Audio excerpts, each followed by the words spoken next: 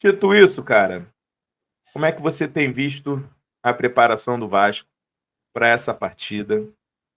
Vasco chega descansado após um jogo em que psicologicamente a gente precisa ter exorcizado essa questão de tomar gol no fim.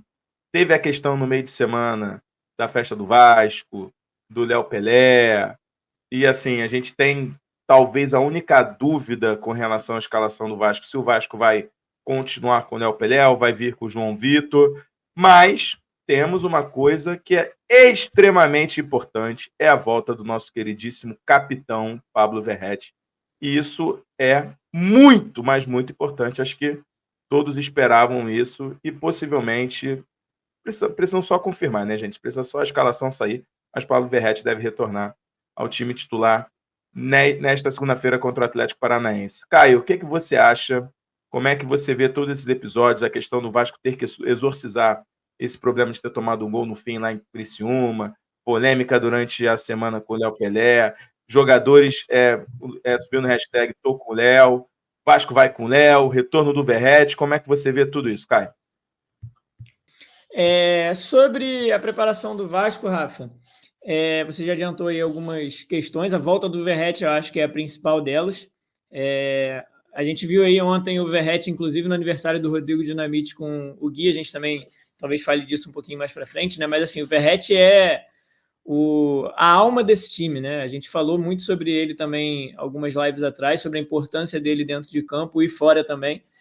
Não só tecnicamente, pelo que ele entrega de gols, participa das jogadas perigosas do Vasco, mas principalmente pela liderança que ele exerce, pela forma como ele encara os desafios dentro do Vasco, a forma que ele veste a nossa camisa, nos representa em campo. Então, ter o Verratti em campo é saber que a gente vai ser representado de alguma forma dentro dele. Então, isso já é algo muito animador. Ele foi poupado lá contra o Criciúma, fez falta, né? Não que o pior problema do Vasco tenha sido ofensivo naquele dia, longe disso. Apesar da chance que o Léo desperdiçou. Sim. Mas o Verratti é uma ótima notícia.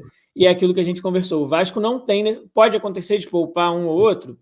Pode, porque não é impossível e porque o futebol exige fisicamente dos atletas, enfim. Mas o Vasco, na teoria, não tem a necessidade que o Atlético Paranaense tem de poupar jogadores vindo de uma semana de descanso. Se poupar, acredito eu que seria por alguma prevenção de lesão, de algum exame que deu alguma alteração, porque teoricamente o Vasco não tem essa necessidade toda de poupar na segunda-feira, não. Eu sei que o jogo da Copa do Brasil é na quinta, é apertado o calendário, mas eu acho que dá para se virar aí nesses dois desafios contra o Atlético Paranaense. Então a gente espera aí um time titular semelhante ao que o Rafael Paiva vem escalando, né? Sem muitas mudanças e sem necessidade assim de poupar os titulares, o Piton, se não me engano o PH que está suspenso, né? Na Copa do Brasil, né? Da Copa do Brasil. Mas no Campeonato Brasileiro, eu tenho até que confirmar aqui, mas acho que o Vasco não tem tantos problemas assim. O Vasco não tem nenhum desfalque. A provável escalação, eu vou botar o mapinha daqui a pouco, é só a questão do Léo e do Michael mesmo. Isso, que aí é uma questão de escolha técnica, né? A opção do Rafael Paiva em si, não por suspensão. Então a gente espera força máxima nessa segunda-feira contra um time do Atlético Paranaense baleado pela rodada da Sul-Americana, sem o Fernandinho, que é o principal jogador do time. O Fernandinho provavelmente não joga nem pela Copa do Brasil. Ele teve uma lesão de grau 4, se eu não me engano, né? No músculo posterior, adutor da coxa. É uma lesão complicada ali de recuperação.